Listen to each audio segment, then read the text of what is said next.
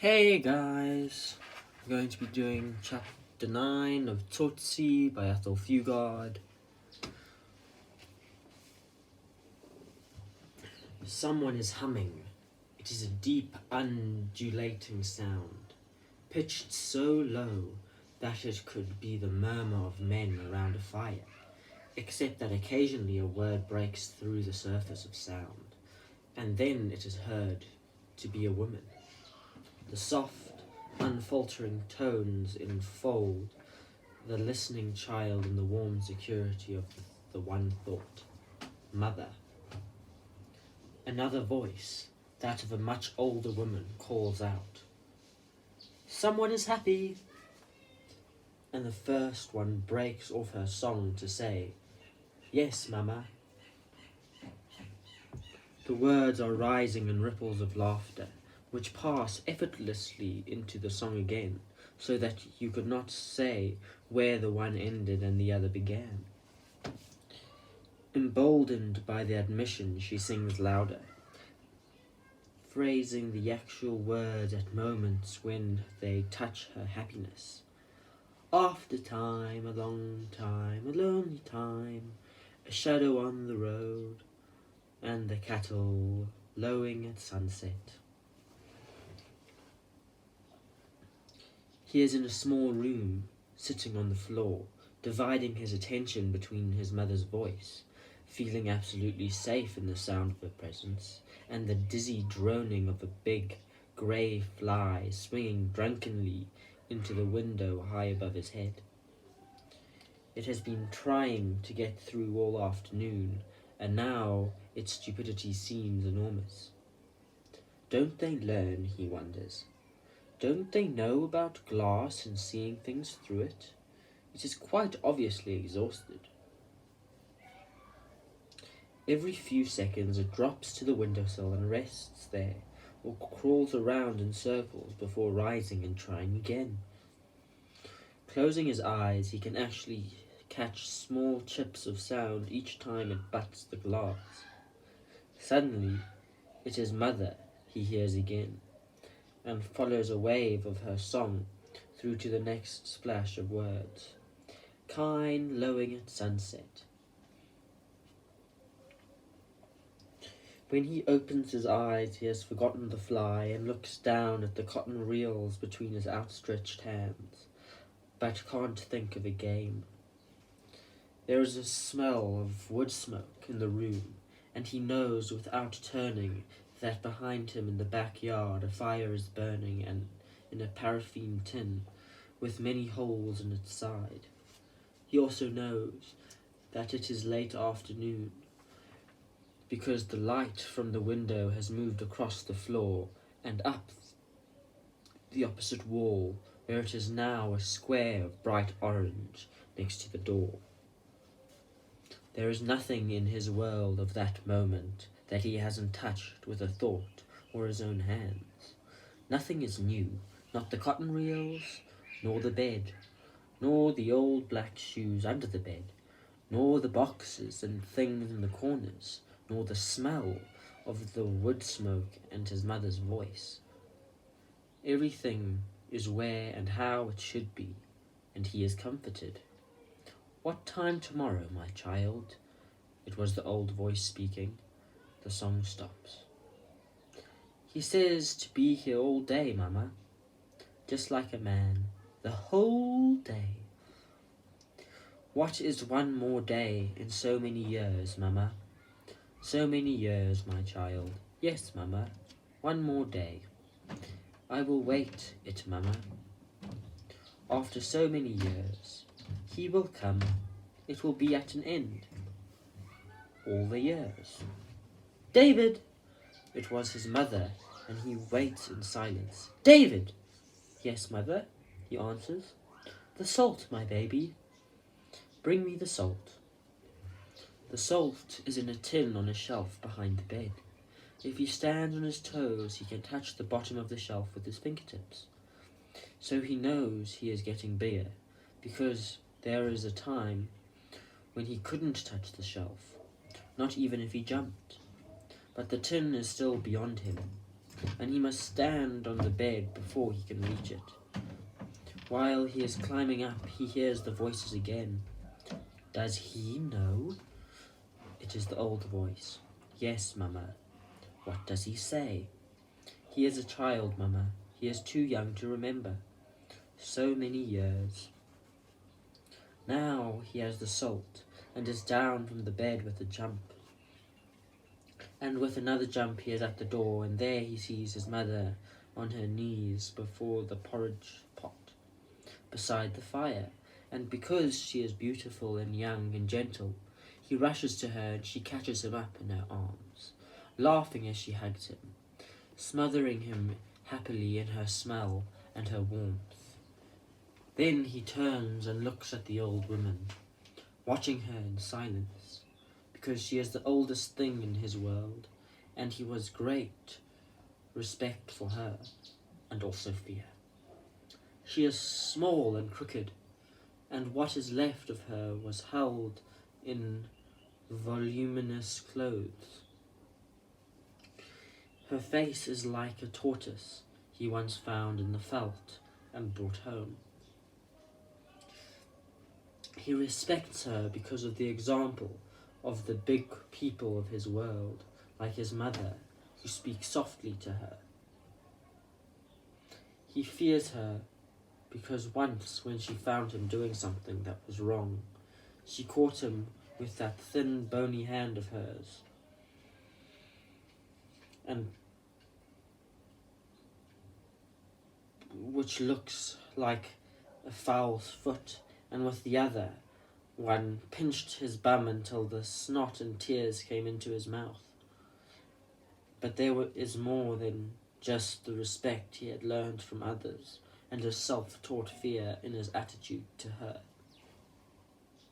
He knows that she watches him carefully and sometimes sees him more clearly than the big people, even his mother, who have a way of looking but not seeing.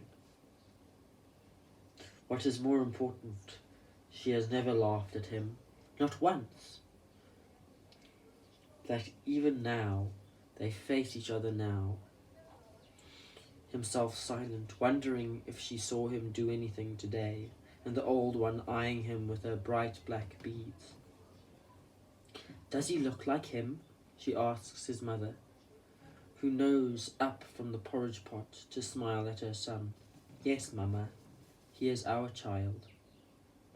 The old woman spits at a gobbet of the snuff that she puts in her lower lip and calls him. He looks down at his feet and fidgets on them until his mother says, Go to her, David. So he does. The old woman lets him stand before her, but does not touch him. How old are you, young one? She asks. He looks back at his mother, who says, Tell her, David. So he says, 10 years. This seemed to make her angry, because she tried to spit again, but failed because there was nothing in her mouth. So she snorted, 10 years. You are still in your mother's belly. He had nothing to say to this, and his mother was also silent, but not the old one. 10 years? You haven't even been born to the troubles of this world. This time his mother spoke, but softly, and using the same voice as when she chided him for being naughty. It will come, Mama. It will come. The old woman sank into a brooding silence, turning her head deliberately so that she no longer saw him. A minute later, when she seemed to have forgotten her presence completely, he left her and walked once around the yard, coming up to a stop, a short but safe distance away from the yellow bitch who barked up from her corner, eyeing him with even colder deliberation than the old woman. A step nearer, he knew he would get her to her feet. Her upper lip curled back from her teeth, and another step would bring her snarling at him, straining at the end of the chain which kept her tied to a fence pole. She used to play with him, running up to his feet and rolling over on her back with her legs curled in the air so that he could scratch her belly with his toe. Then, quietly and unexpectedly, a few weeks ago she had changed and no longer played and didn't seem to recognize him anymore. This was a great pity and a great surprise, but only to him because his mother didn't appear to notice. And even when he drew her attention to it, she only smiled and shook her head. The old woman too, because he was persistent in these things. Surely she would have something to say about the matter, but he was wrong there because all he got of her was a mind-your-own-bees nest and a jet of tobacco juice which, not by accident, was put down on the ground very near his foot. So now, the safe distance from the bitch, he took a step which brought her to her feet with a rattle of the chain, and then got ready to run after the next, because that had now become a game. But he didn't take that second step this time, because his mother stopped him. "Leave her, David. She doesn't play anymore. You'll have other playmates soon enough," his mother said. "Now go and get that mat, because the food is nearly ready." So he went and fetched the mat, the grass one rolled up in the corner, and laid it out for them to sit on. After that, his mother gave him a plate of food for the old woman, who received it with a pretense that she didn't herself take it, because she had no food of her own, no people of her own, and if his mother didn't feed her, she would surely have died.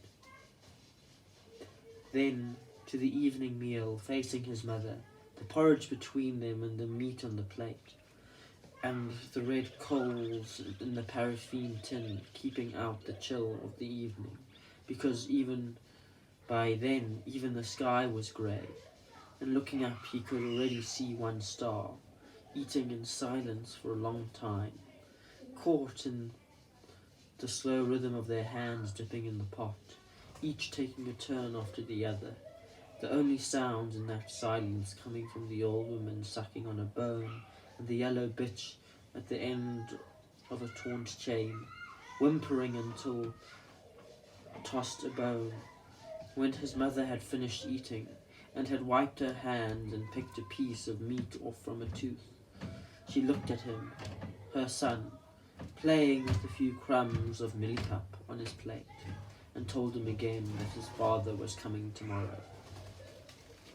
He couldn't remember when she had first told this story, and it was the story of a man, a big man, a gentle man, a laughing man who had had to leave them for such a long time, but would come back one day.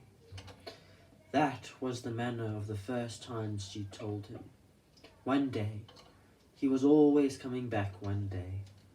And she had told it that way for many, many years, and in a voice that made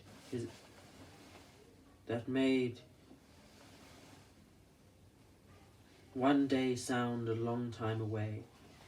He had had the story at supper most nights of his life, and maybe for this reason had not noticed the changes, like the time when he realized that her saying one day did not sound such a long time away, and after that failing to catch the precise moment when her voice, quickened with hope, spoke of a definite day, because the one day was said no longer. Instead, she gave a definite day and date. This still meaning nothing to him, until lately she had been saying things like next month, next week, 3 days' time, and that he could understand in a way. Now it was tomorrow, and that he could understand most of all, because it simply meant going to sleep beside his mother, and then opening his eyes, and there it was, tomorrow. This man, This big, gentle, laughing man, his father, was coming home tomorrow. And what did he see when she said this?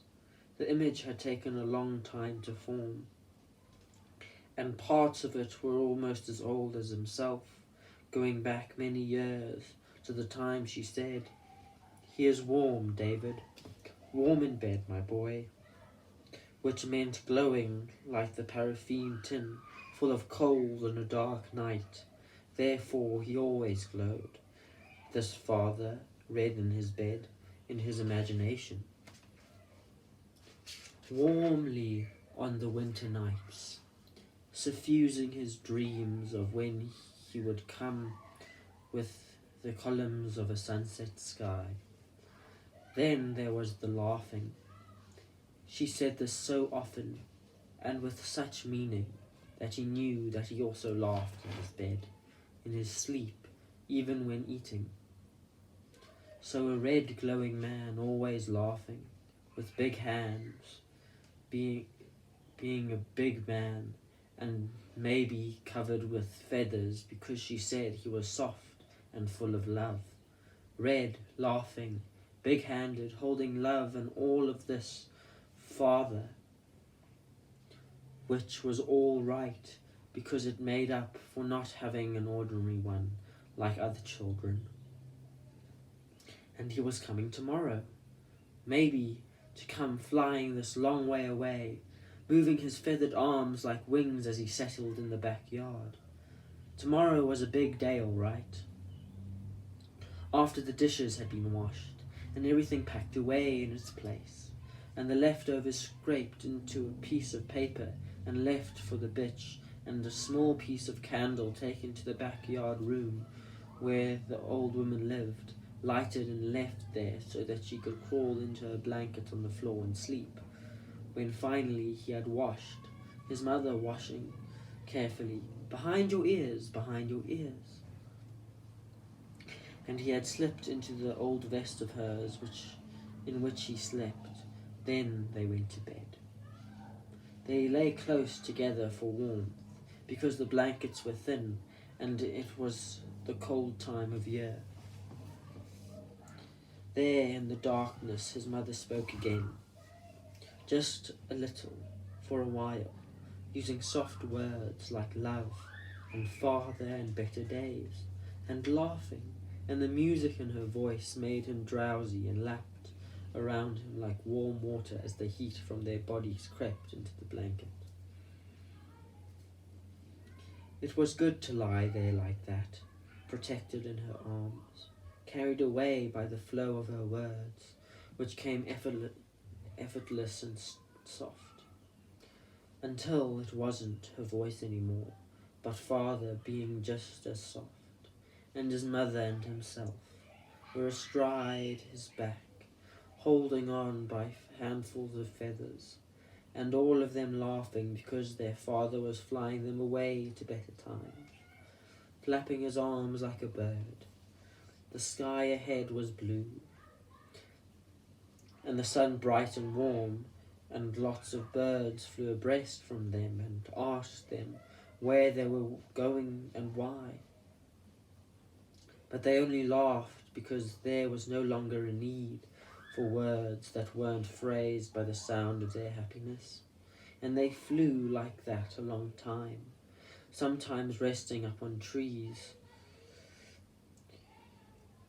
then off again, passing over strange places with strange colours, and on and on and on, until suddenly, from nowhere, came the darkness and the sun was gone, the sky grey, and then hail big as stones, falling hard and cruel, forcing them lower, and the stone struck his father's head with a short, dull note like hitting something iron, and this note, after a slow start, was going up into a frenzy of sound, because the storm was at its worst, and they were going down, down, down. At that moment he opened his eyes. He shook his head in the darkness, because the sound persisted in his ears. Then he noticed it was coming from the street, and recognized it for what it really was. It was the sound of stones being tapped on a lamppost. It was the warning to run away and hide, because the police had come on another raid. They were given no time to comfort or be comforted. There was not even enough for him to touch his mother and confirm that she was awake. He could feel the tenseness in her body, which had been soft when they went to sleep. The door was broken open. The thin nail they had hammered into the wood and bent to hold the door closed against the wind was torn out by the first savage thrust of shoulders. As quick and as loud as this, and with as much terror, came the torchlights. Stabbing in the dark, they found the two of them in bed, his mother and her elbows.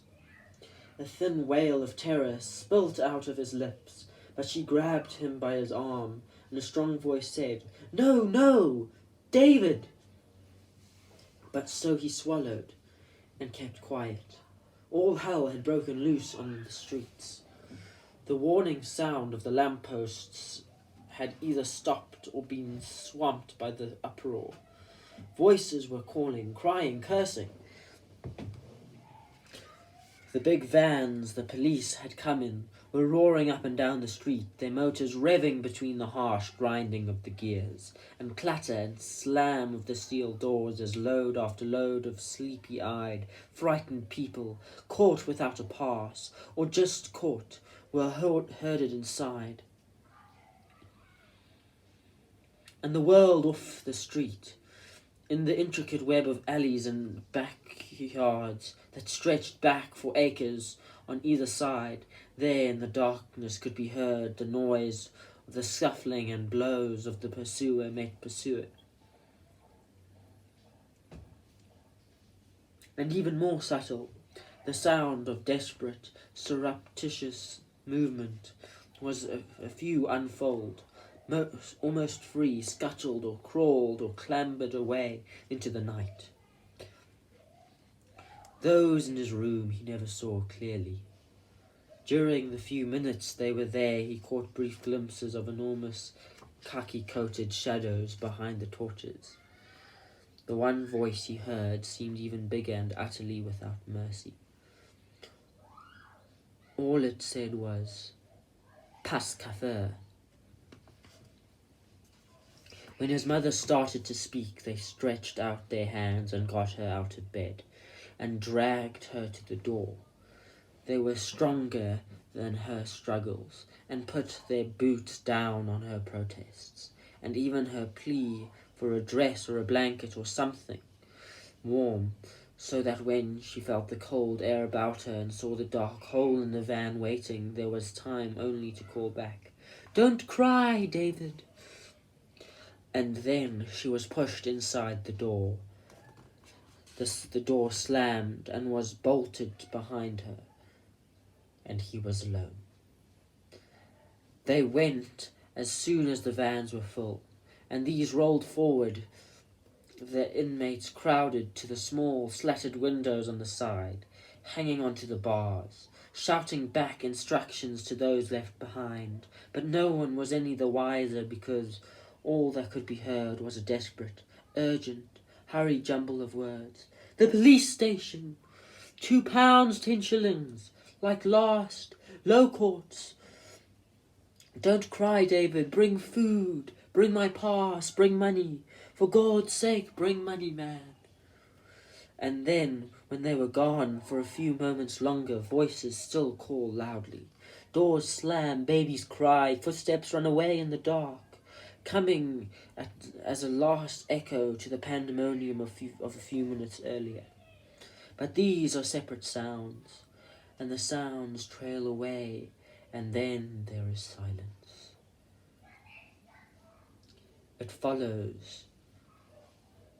What follows is something like a befuddled awakening, the stirring and moaning of the survivors after a short but brutal engagement, to begin a numb reckoning of losses. The destruction and looted emptiness through which they moved were not to be measured in outward things.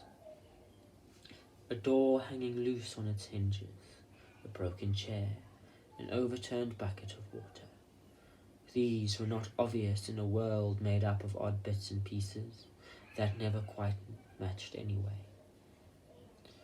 The real chaos of that moment was not to be righted or mended or filled that easily.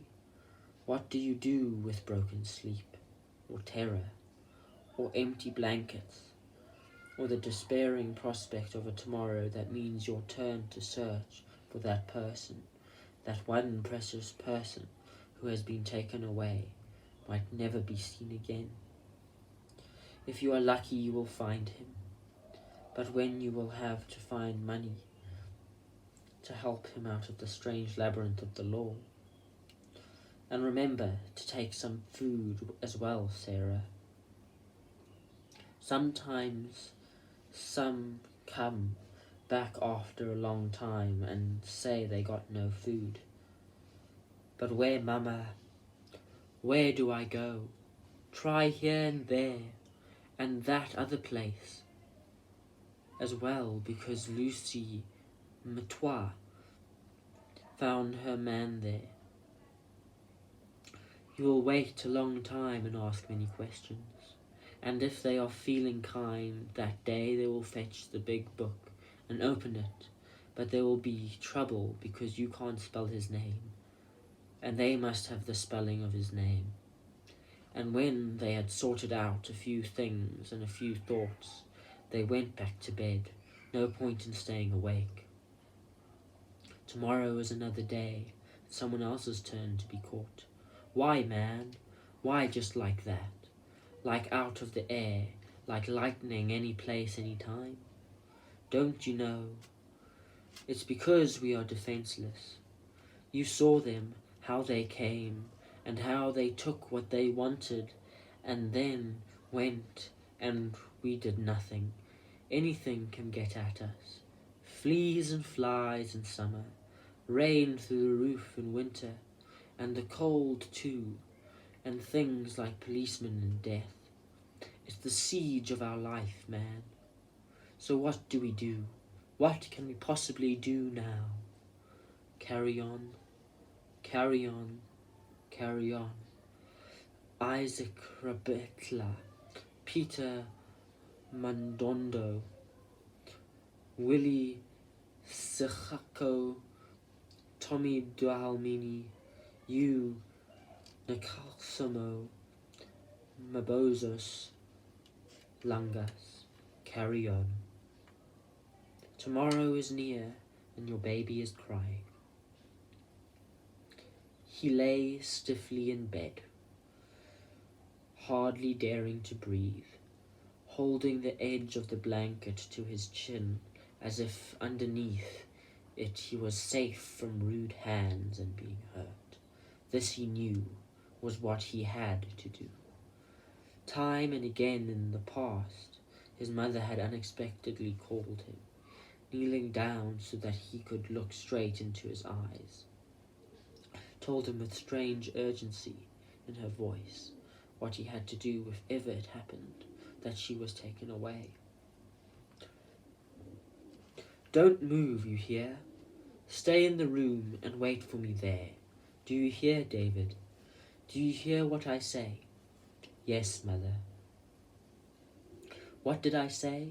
I must wait for you and not move from the room. Yes. Listen, David. Listen carefully. Wait for me.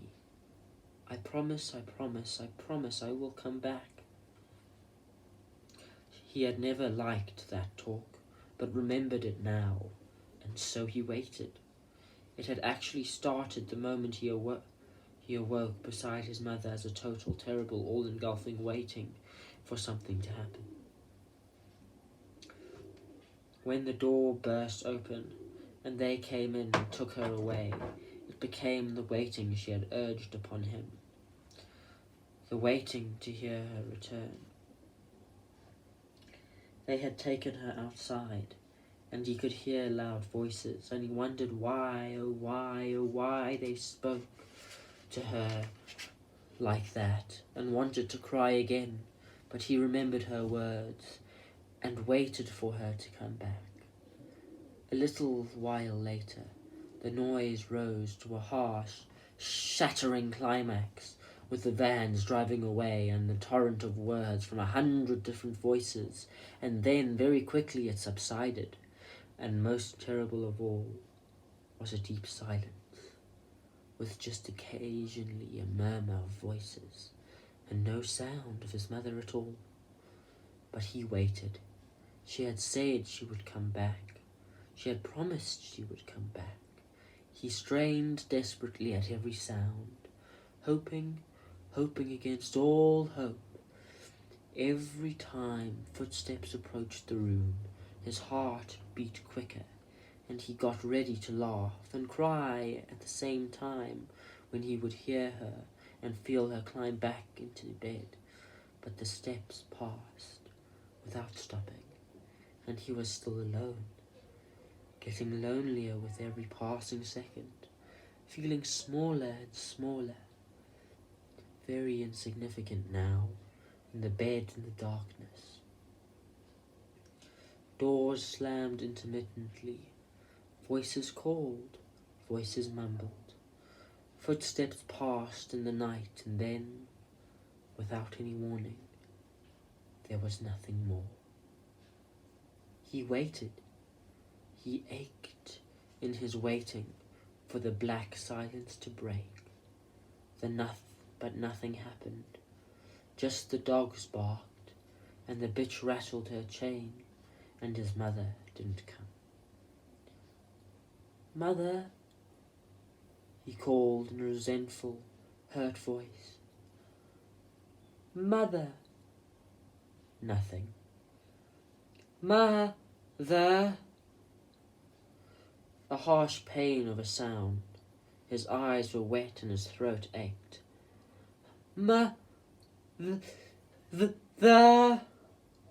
Tula, what is the matter?"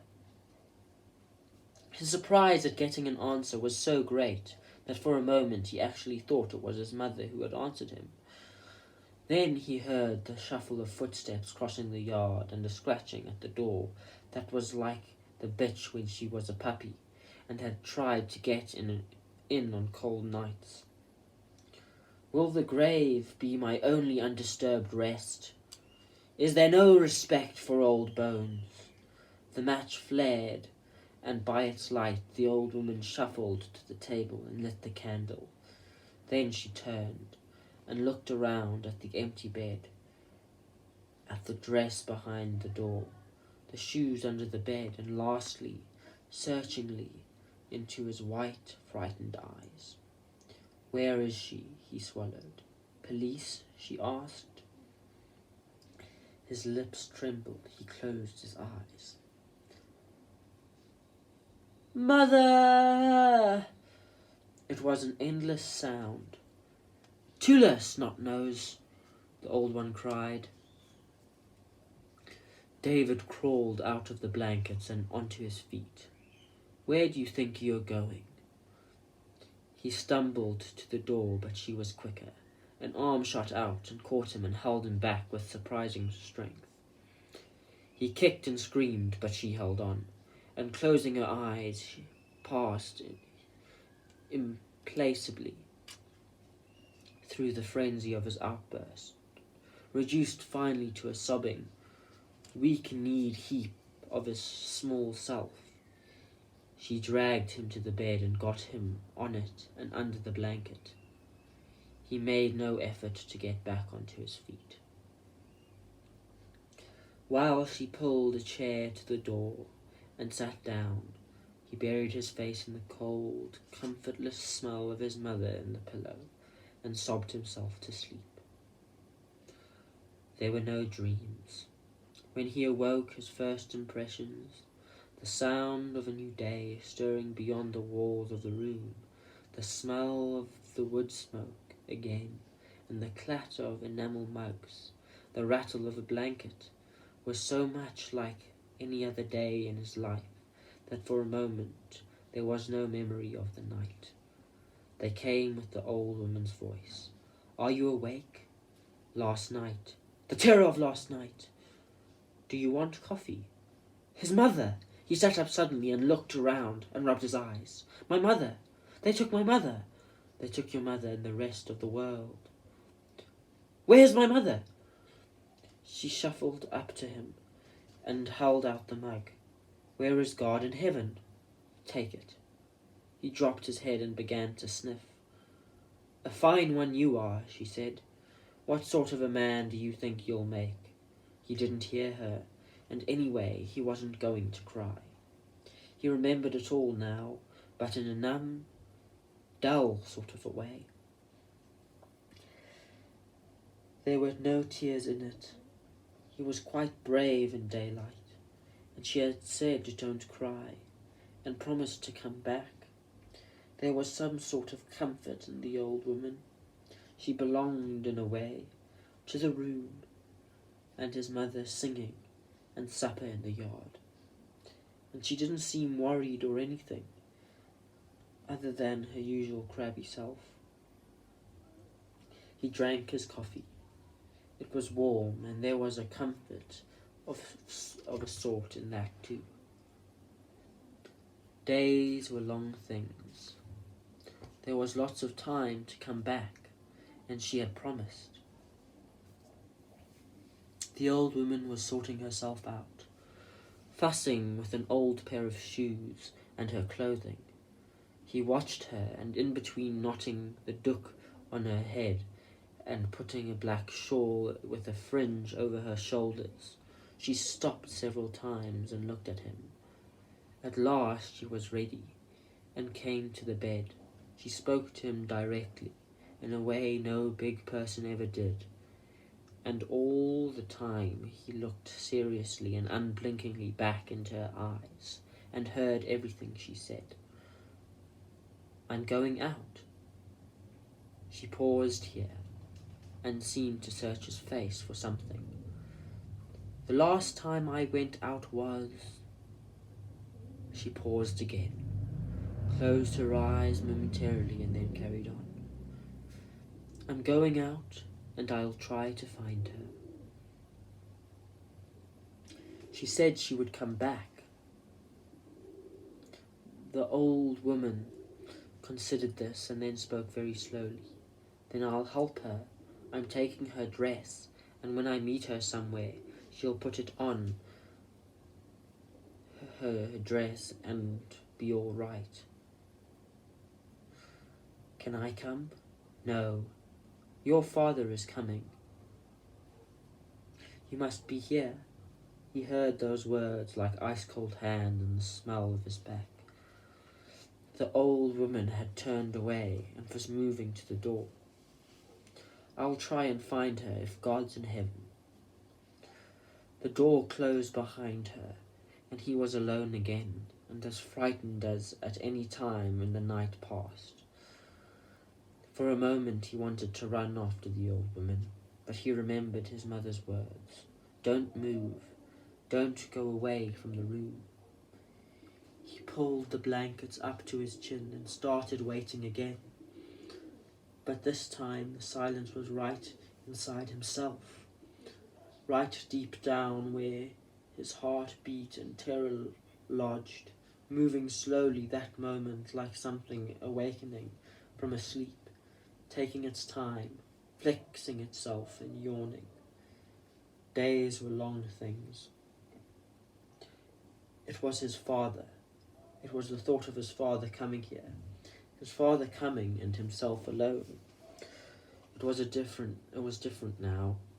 It was totally different from the homecoming his mother had talked about, and he had thought about last night and all the other nights in the unending telling of the story. Then she, his mother, had been present in his thoughts at the moment of homecoming. His big, gentle, warm, protective mother behind whom he had hidden and escaped from the whole world of a child's fears. That was how he had prepared himself to meet his father. Behind her, holding on to her. Now he was alone and waiting. He watched the passage of time in the movement of a square of sunlight from the window. He noticed that the grey fly had gone. It must have been near noon, because the sunlight had reached the table, and the noise of the street had settled down to a lazy, comforting hum, and he was still alone, and still waiting heavy-eyed, when he fell asleep again. The knocking on the door was soft but persistent. He awoke, and a second later his terror sprang and caught him because, unlike the first awakening, he knew immediately where he was and what it was outside the door. He had put a box there to hold it closed, being too small to do anything about the nail, and when after a few more seconds of knocking, a deep thundering voice, called softly, "Tundi," and after that the box was pushed back a few inches, and he clawed his way out from under the blanket and ran into the backyard. There, after a whimpering, desperate moment of indecision, he dived into a deserted foul hock, where he closed his eyes and his ears. But still he heard the feet walk into the room, and then the softest sound as they came a few steps into the backyard. He even heard the softer sound of a deep breath that was almost a sigh. The steps went back into the room, and then to the front door, from where the voice called out, "Tundi!" The world seemed to still itself and listen. He called a second time, "Tundi!" From somewhere else someone answered, "She's gone, brother." "Tundi?" "Yes, brother, gone. They took her this morning. The police took her this morning." "Tundi!" "They took many this morning," and it was many voices answering him now, but he stood only had the one word, "Tundi," the one name, "Tundi," and it was a cry now, cried with a terrible sound. The footsteps walked about the room, and David heard the sound of a crash, and then no more noise, wild breaking noise. The footsteps came into the backyard again, where, loudest of all, almost in pain, he called, "Tundi!" until the chain rattled and he heard the snarl of the bitch, and the heavy, dull sound, and a thin screech of a dog pain. "Tundi!" The steps receding, the dog screaming, "Tundi!" "They took her, brother. I saw her without a dress. Tundi, I'm come back." Receding in the distance, and then heard no more, hearing now instead the bitch, which in a way was worse. He had to open his eyes, and when he did he wished he hadn't, because for all his fears and his tears and prayers, he could not close them again until it was all over. He had kicked her, and she was walking around in circles, biting at her own back legs and rolling over and over and over in the sand. She stopped and tried to stand up, but she could only do so on the front legs. Her eyes were red and her muzzle blind with pain, and knowing what was coming, she turned her head to the hock and started that way. She took an eternity, dragging her hindquarters, which were useless in the great labour of her effort. And she was whining all the time, with foam in her mouth. David shrank back, jabbering to himself, feeling for stones but finding only feathers and dry droppings, and not even being able to hold these because he couldn't flex his hands. On she came, until a foot or so away the chain stopped her, and although she pulled at this with her teeth until her breathing was tense and rattled, she could go no further. So she lay down there, twisting her body so that the hind quarters fell apart, and like that, fighting all the time, her ribs heaving, she gave birth to the stillborn litter, and then died beside them. It wasn't long before the first fly came, lit with a green sheen to his body, and a buzz that called all the others. They settled and lifted in a small black cloud, and before the day was through, there were thousands and a loathsome stench. And he sat through it all, his eyes transfixed, not moving. He runs away, tearing his hands as he breaks open the wire mesh on the side.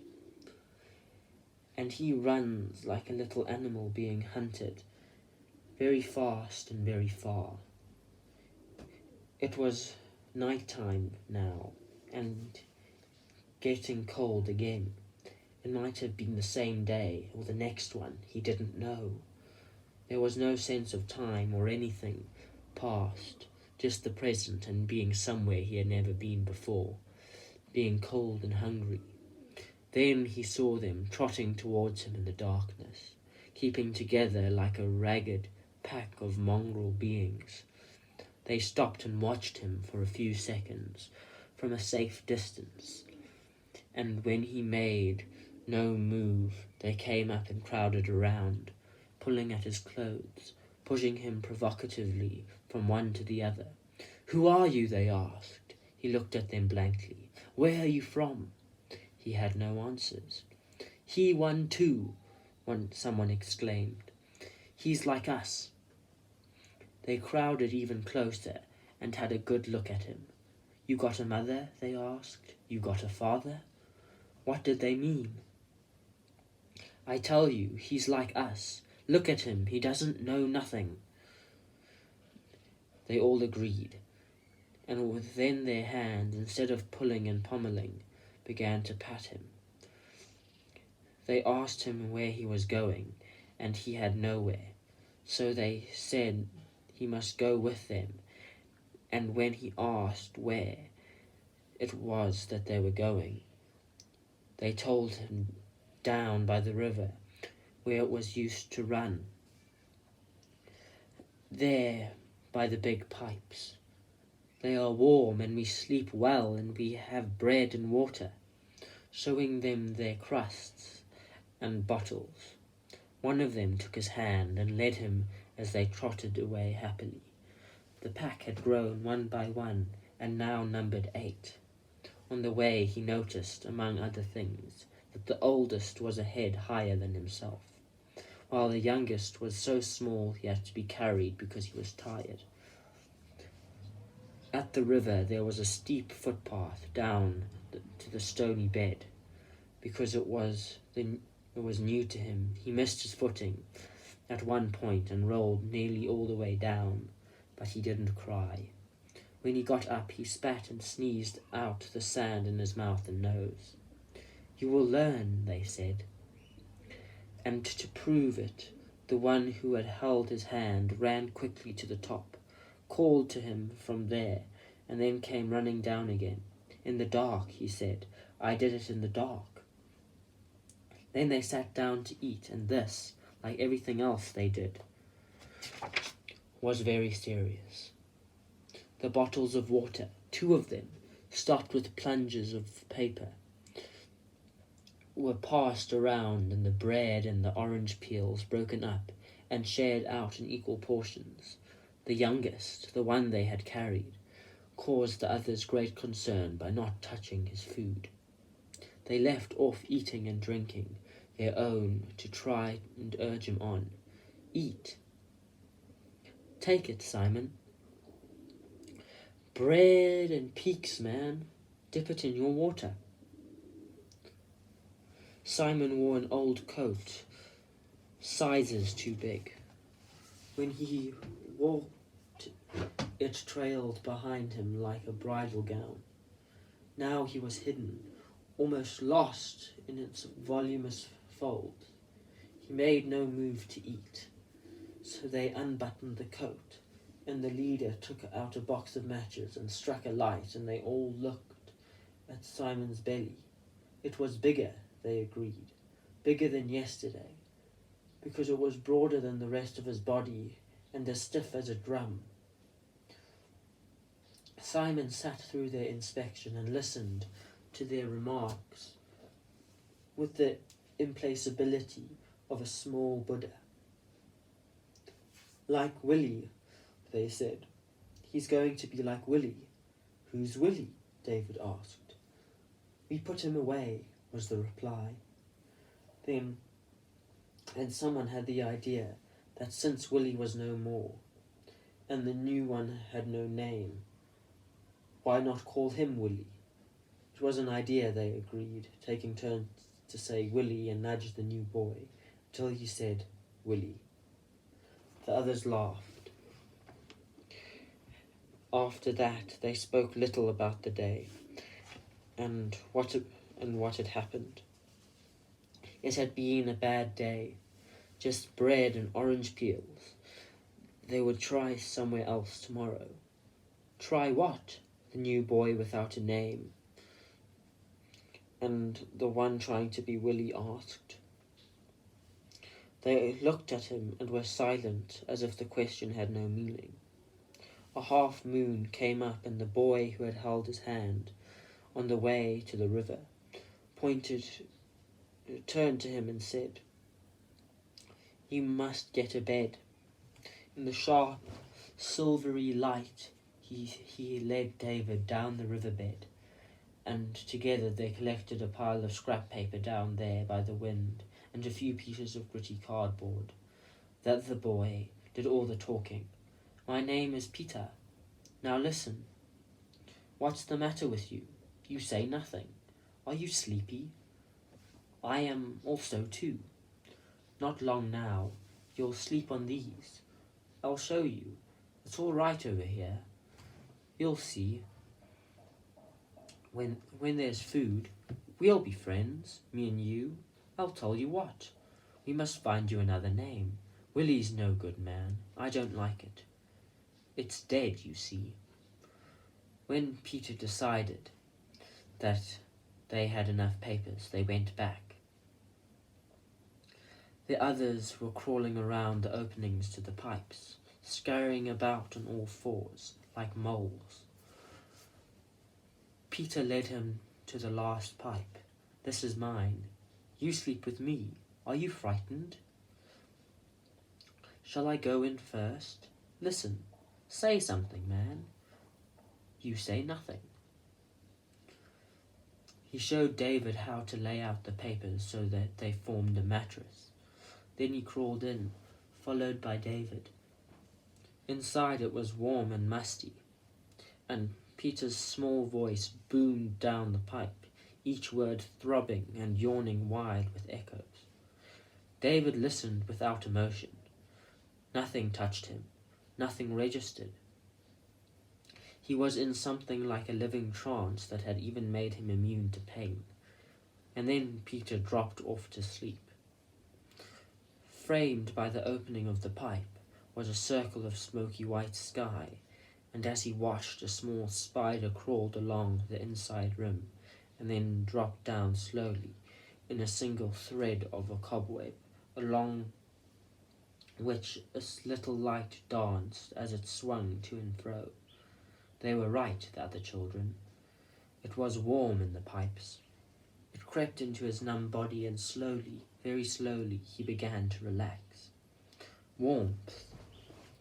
Something else, some other time, some other place, had also been warm. His eyes were as heavy as leaden balls. He closed them and felt the warmth even more. It crept up his body and into his mind, and there, like things frozen for all time, his thoughts began to move. Warmth. Where had it been warm? What had been warm? His pain was thawing out too. Warmth was a pain, was a memory, was a pain. Something warm and soft and someone singing. All this was somewhere. Where and who, saying what? He listened. Don't go. His heart beat faster. And then he held his breath. The words were far away. Don't go. Don't move from the room. A tremendously urgent desperation seized him. He had to be somewhere, some special place. And right away. It was coming to him. He could find it. He had to be there, or else. Peter awoke as he scrambled out of the pipe. What's it? Hey, what's your name? Willie, where are you going? Outside, David was trying to climb up the riverbank, but it was very steep. And all that his efforts brought him was a cloud of dust and bleeding knees. Peter grabbed hold of him. What's the matter? Listen, man. No, stop it now. The others had stuck their heads out of their pipes and were calling. When they got no answers to their questions, they rushed to Peter's assistance. Eventually, they had David down on the ground. What's he doing? He just run. Hey, Willie, what are you doing? David looked at them, passing from face to face. He shook his head. It was gone. I think it was home. They released their hold on him and crawled back to their pipes. It's no good, Peter told him. It's no good at night. It was all right, he explained, to look during the day. Like with Sam, he had found his mother, but it was during the day. They all looked in a way during the day. But at night there was danger, like Georgie, who like him had gone home at night, but other people were living in the room, not his. And when they heard the scratching at the door, they thought it was a burglar and took their sticks and beat him to death. Georgie. So try tomorrow. Listen, Peter turned to David. Willie no good. You not Willie. What is your name? Talk. Trust me, man. I will help you. David's eyes grew round and vacant, stared at the darkness. A tiny sound, a thin, squeaking voice struggled out. David, it said. David, but no more. He dead too, like Willie, like Joji. I understand. You will choose your name. You will choose when you are ready. After Peter had spoken some more, and then gone to sleep, David watched the sky again through the opening. The spider came back, and starting the same way, dropping down on a shiny thread, spun his web. David watched all the time. It was finished near dawn at the time of the first light in the sky, and, seen through it, the morning star twinkled like a small insect caught in its trap. He refused to go with them. They stood around and shook their heads. They coaxed him, they warned him, they even tried to threaten him, but without success. It wasn't what he argued back, or cried, or did anything at all. He just sat at the mouth of the pipe where he had slept. Nothing much meaning for him, least of all they, seen now for the first time in the light. In their wide, unsmiling eyes and thin faces of meagre bodies was a knowledge of things beyond his experience. But he was to learn it that day, and most days after that, and learn it so well he would never forget it, because they went and left him alone. It started with that, loneliness, being the only person in the world, in a grey world, because clouds blew up and it rained all day, a wet grey world smelling musty.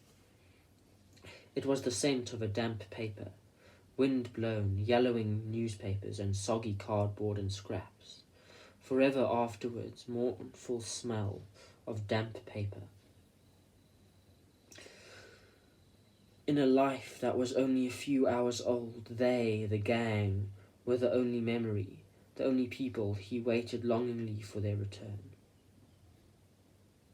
At the time he learned the lesson of his body, the lesson of hunger, crying or sadness, or sitting still meant hunger, and even when the only other alternative was bread and water, the alternative was still life. He hungered this way through the day, his stomach shrinking into a hard knot he held in his hand. Peter gave him a second chance that evening when they returned and found him waiting at his pipe. "We'll give you bread," he said, "if you come tomorrow." He took the bread and the chance. "Where's Simon?" he asked. No one answered. He was to learn that lesson also, the lesson about questions that had no meaning. So he went out with them the next day and scavenged. The same day an Indian chased him away from his shop door, shouting and calling him Tsotsi. When they went back to the river that night, they started again, trying names on him, Sam, Willie, and now Simon, until he stopped them. "My name," he said, "is Tsotsi." They crowded around him, laughing and slapping him on the back. "Tsotsi," they cried, trying it out. He nodded his head. He learned all the lessons. He learned them well. He never stopped learning, it seemed, because after the river gang, broken one night by a police raid, came other gangs of older boys, harder, harsher lessons, and that simple lesson of keeping his body alive another day. He learned to watch for the weakness of sympathy or compassion for others, weaker than yourself, like discovering how never to feel the pain you inflicted. You had no use for memories. Anyway, he had